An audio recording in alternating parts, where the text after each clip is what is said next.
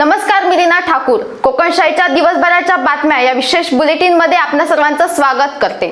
चला तर मग जाणून घेऊया सिंधुदुर्ग जिल्ह्यासहित संपूर्ण कोकण आणि अखंड महाराष्ट्रात नेमकं काय काय घडलं.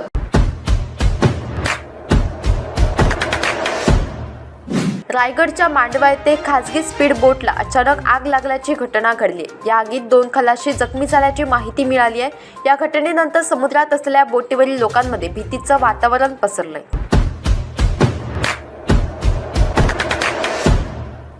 4 डिसेंबर रोजी पंतप्रधान नरेंद्र मोदी यांच्या उपस्थितीत मालवण येथे होणारा नौसेना दिन मतदारसंघातील जनतेला पाहता यावा यासाठी आमदार नितेश राणे कणकवली, देवगड, वैभववाडी या 3 तालुक्यात 12 ठिकाणी स्क्रीन लावून थेट प्रक्षेपण करणार आहेत.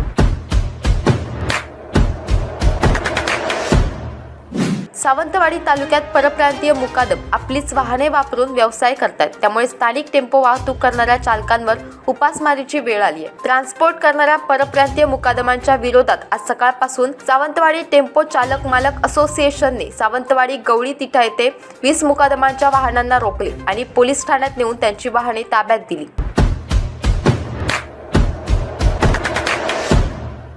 सावंतवाडीतील मोती तलावात शनिवारी सकाळी एका तरुणाचा मृतदेह आढळलाय. अभिषेक अंकुश मेस्त्री, वय 40, राहणार कोलगाव, मूळ राहणार मालवण वराड असं त्याचं नाव आहे.